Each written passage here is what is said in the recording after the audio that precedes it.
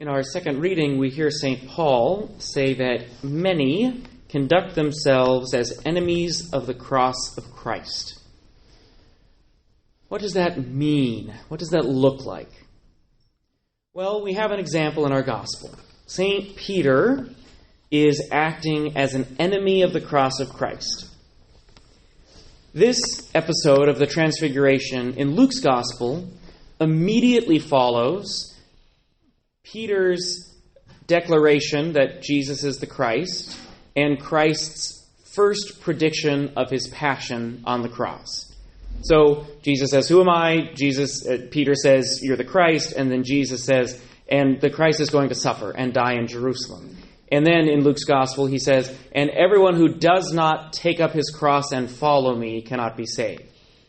So this happens immediately after that. In fact, they leave out here the first part of verse 28, which is, "And then 8 days later, Jesus took Peter, John, and James." It's specifically connected by St. Luke to the prediction of the Passion.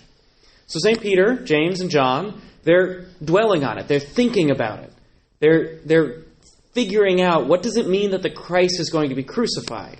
And they go up on the mountain, and then they see Jesus transfigured, beautified, shining with heavenly radiance. And they see Moses and they see Elijah, and suddenly St. Peter has hope that what Jesus predicted might not be true, that they might not have to face Jesus dying on a cross. He sees this fulfillment of Judaism, this glorification of Jesus, paired with the two most important prophets in the Jewish tradition. And he says, "Oh, this is great. This is perfect. We never have to go to Jerusalem. We never have to go to suffer." And so Peter says, right here, right now, let's build some tents. Let's make this happen. Let's stay in this moment. St. Peter needs corrected by God the Father through the cloud and through the voice in heaven because he's not listening to Jesus. Jesus says, "I have to suffer. I have to die. In order to achieve my mission, what I was sent here for, I have to go to the cross." And St. Peter does not want to hear that. He does not want to listen. And he wants to stay in this moment of glorification. Asks for the tents, and God the Father corrects him. "You can't stay here. You have to listen to my Son. I have chosen my Son. You have to listen to him. Do what he says." And what he says is that he's going to have to suffer. And St. Peter never really gets his head around this. Because even right before the Passion, he says, "Oh Lord, whatever happens, I will suffer with you." But he never really prepares for it. He doesn't. He runs away. He denies Christ. And Christ has to bring him back after the resurrection. Christ has to forgive him because St. Peter couldn't uphold the things that he was saying. He could not embrace the cross of Christ, which is exactly what he was asked to do just a couple verses earlier in the Gospel of Luke, to take up that cross. And so in that sense, St. Peter was acting as an enemy of the cross of Christ. Now, St. Luke doesn't have the episodes that St. Matthew does in his Gospel, where Peter tells Jesus, "Hey, you shouldn't talk like that," and Jesus has to turn around and say, "Get behind me, Satan." But this is similar, the way St. Luke presents this. St. Peter is an enemy of the cross. He is trying to avoid the cross. He is trying to help the other apostles avoid the cross. He's trying to tempt Jesus away from the cross. Now, what does that look like for us? I have met many people and many Christians who definitely struggle, to deal with the difficult parts of life. And usually this manifests in my own family, for example, as somebody who is unwilling to have difficult conversations or is unwilling to allow sadness to be true. I had a family member, we were on vacation, and it was always, "Okay, we're all happy now. Like, we're all having fun." And we would just say it over and over again until we tried to believe it, right? But that wasn't always true, right? It wasn't always true that we were happy and having fun. And a truly authentic human experience has joy and fulfillment and excellence and happiness, but it also has suffering and it has struggle.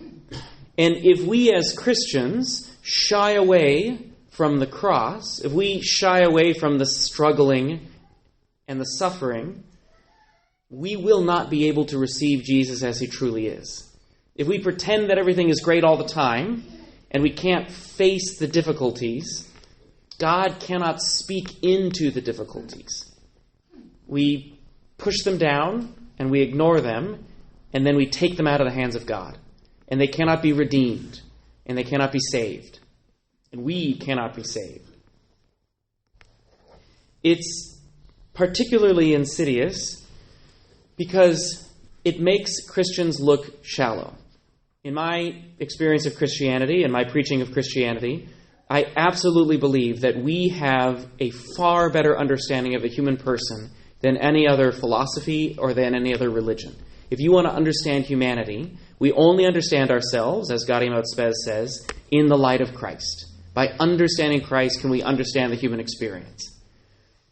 If we as Christians pretend like Christianity is only ever joyful and is only ever wonderful and it's all happy and clappy, then somebody who comes to us in suffering or in struggle is going to believe that we do not have the answers. We have to be authentic in our humanity, and we have to note the fact that much of the time, I would say most of the time, salvation comes through the struggle. God gives us moments of joy and happiness and wonder. He allows us to experience the transcendence of humanity.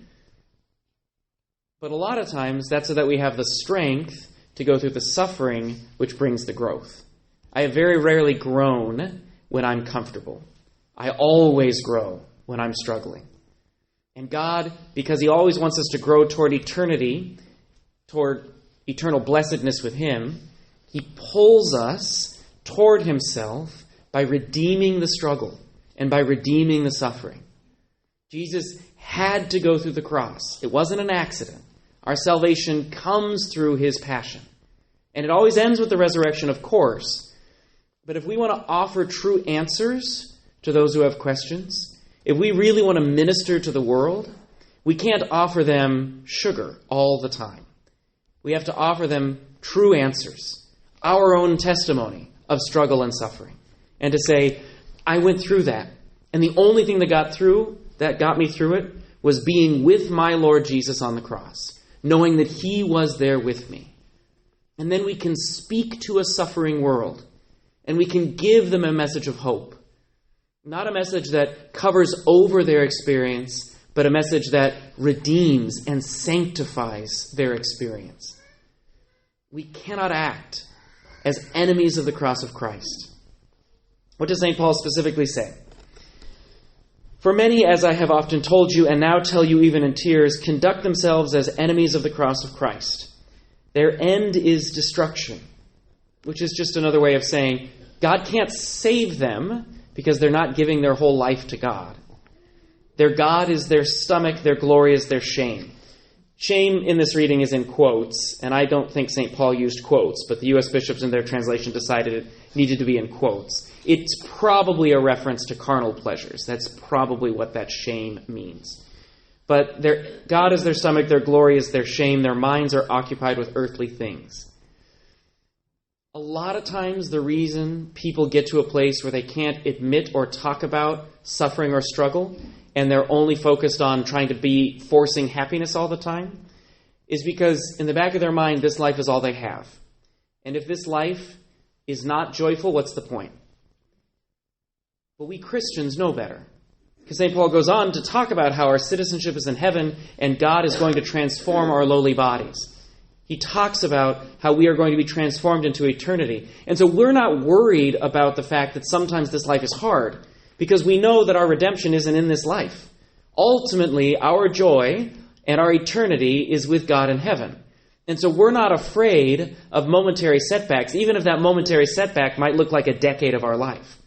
Because we know that God will redeem us and save us and give us eternal beatitude. People fall into being an enemy of the cross of Christ because they have to hold on to what they can get in this life because they don't have hope for the next. But we have an incredible hope. The hope of salvation. The hope of a God who can take even the worst parts of our life and redeem them and save them and bring good from them. We do not have to confront the meaninglessness of struggle, because our God is so powerful that he can take even struggle and even pain and bring good from them. He's the only one who can do that. I can't do that, you can't do that, but God can do that. If we give everything into God's hands, if we are honest and open and authentic with the greatest and wonderful highs and also the deepest lows of humanity, if we're not enemies of the cross of Christ, but we embrace that cross when it's presented to us, then we will follow Jesus wherever he goes because we've given him everything of ourselves. And by giving everything of ourselves, he can then take that and form it and shape it and save it and redeem it. My friends, we are not enemies of the cross of Christ. I wouldn't wish the cross upon anybody. I don't want you to suffer. I don't want to suffer.